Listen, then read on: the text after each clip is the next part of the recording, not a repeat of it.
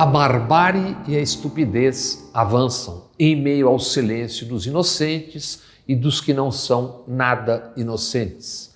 Paulo Guedes, czar da economia, é só o penúltimo a ameaçar com um novo AI-5 ao dizer: chamar o povo para a rua é uma irresponsabilidade.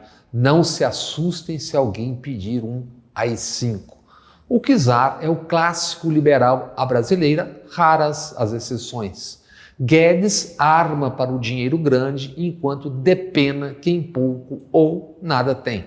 Sempre, claro, prometendo maravilhas para quem sobreviver e para as futuras gerações. No governo do ditador chileno Pinochet, Guedes foi professor na Universidade do Chile. Convidado por Jorge Celumi, diretor da Faculdade de Economia e Negócios e diretor de orçamento do ditador Pinochet em seu governo. Na revista Piauí, a repórter Malu Gaspar relatou a resposta de Paulo Guedes a seu questionamento. Disse Guedes: eu sabia zero do regime político, sabia que tinha ditadura, mas para mim isso era irrelevante do ponto de vista intelectual. O silêncio subsequente e a tortuosa ameaça de agora indicam que para esse grande pensador era e foi irrelevante uma ditadura que matou ou desapareceu com estimadas 50 mil pessoas. Irrelevante o fato de Pinochet ser um assassino e não apenas. Pinochet foi um grande corrupto, um ladrão que roubou para si e família 17 milhões de dólares. Fato reconhecido pela Suprema Corte chilena no caso Riggs, de um banco londrino, um dos bancos onde o sanguinário ditador escondia o dinheiro roubado. Quem quiser conhecer a história desse declarado herói de Bolsonaro e os seus, basta ir às 768 páginas do livro do historiador espanhol Mário Amorós, Pinochet, Biografia Militar e Política. Chefe e, ao mesmo tempo, empregado do czar do posto Ipiranga, Bolsonaro nunca escondeu sua admiração pelo ditador chileno. Com o ditador preso em Londres em 1998, o então deputado Bolsonaro pregou: Pinochet deveria ter matado mais gente. Deputado em 2015, de novo Bolsonaro expressaria sua admiração pelo sanguinário ladrão, dizendo: Pinochet fez o que deveria ser feito. Há quem aguarde o projeto fascista se ajustar aos seus saberes para só então admitir sua existência, como se o fascismo fosse miojo, aquele macarrão instantâneo que só pede uma fervura para deixá-lo no ponto. Como se o fascismo e qualquer outro ismo não fossem construções cotidianas. Parece não bastar sinais que o presidente e os seus já emitem há tempos com atos e palavras. Por exemplo, o erro da ditadura brasileira foi torturar e não matar. Pela vida e pela paz, tortura nunca mais. Dinheiro foi torturar e não matar.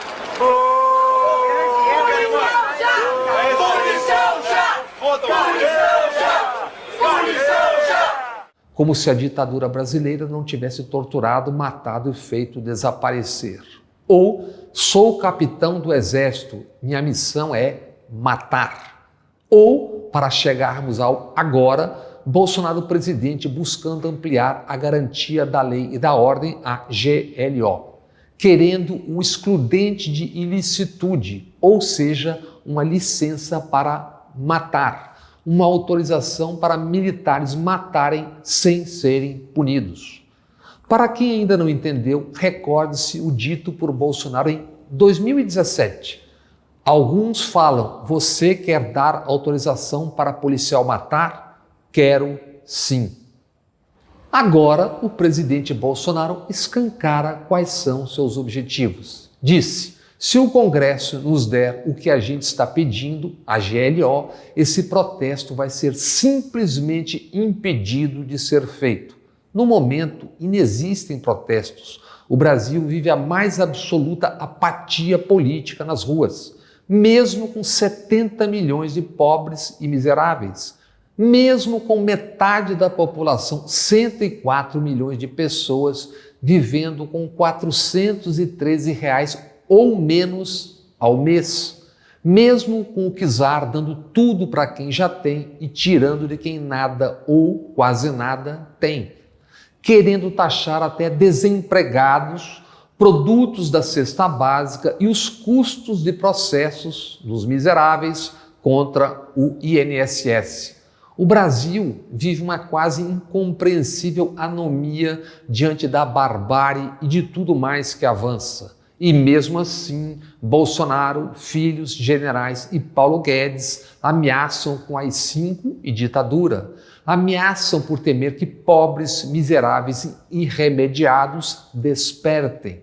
Se milhões vão às ruas pelo Flamengo, de repente podem decidir ir às ruas, ao menos na mesma cidade, para protestar por 40% da população do Rio estar debaixo do tacão de milícias e milicianos, que têm chefes notórios.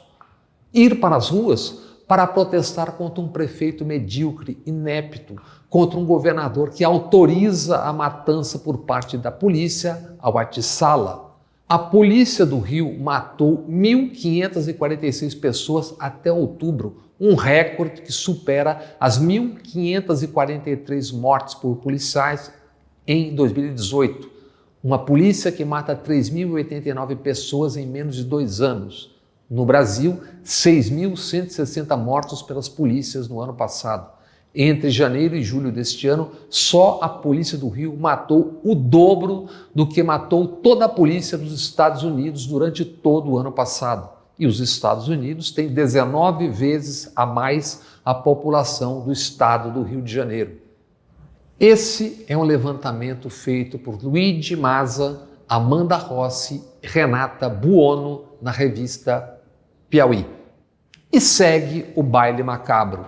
Desmatamento na Amazônia em setembro, 96% maior em relação a setembro de 2018. E no Pará, se arma inquérito para prender brigadistas que combatem incêndios em Alter do Chão. Sem evidências de crimes e com claro objetivo, demonizar ONGs que trabalham contra o desmatamento criminoso na Amazônia. Enquanto desmatam, no Congresso já há projeto para ocupar, grilar, até 19 milhões de hectares de áreas públicas já desmatadas.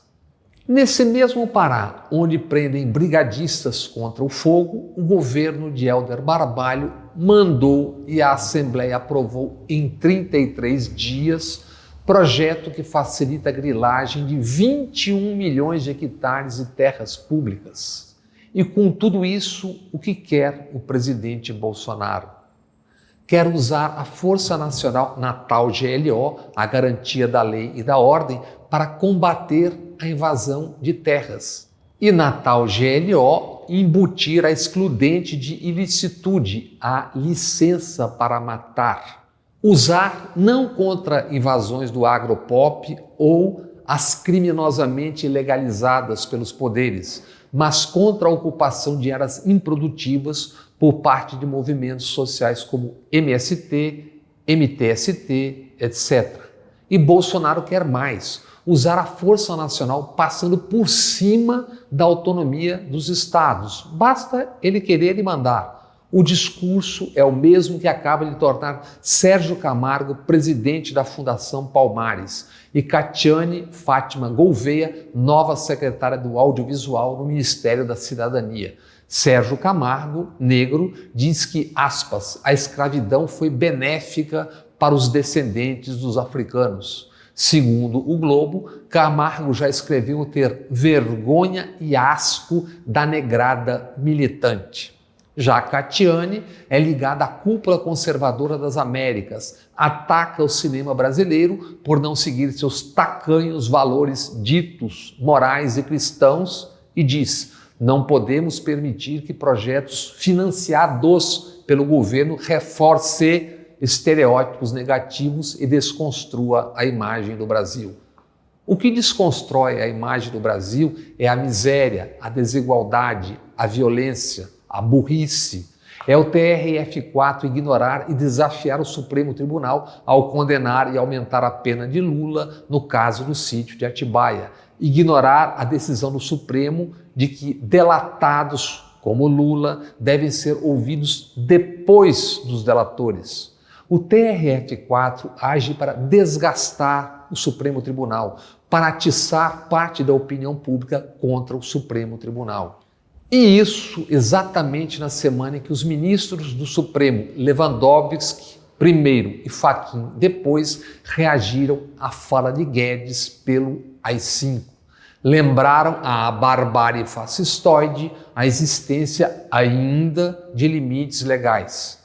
O que fere a imagem do Brasil é o presidente da República pregar que ladrão de celular tem que ir para o pau e, em seguida, correr o mundo à foto de um suspeito de roubar celular encapuzado e amarrado a um poste em Pacajus, no Ceará.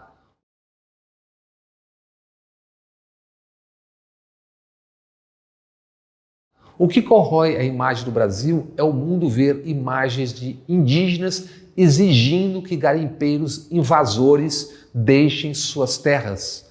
É a imagem aérea de indígenas desenhando no chão das aldeias com seus corpos um pedido de socorro.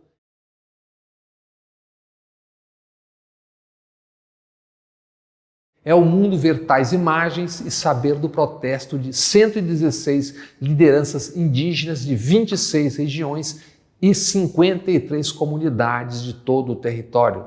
Comunidades ameaçadas pelos discursos de Bolsonaro que autorizam, atiçam garimpeiros para invasões. O que ameaça e avança no Brasil é a barbárie fascistoide e seus cúmplices.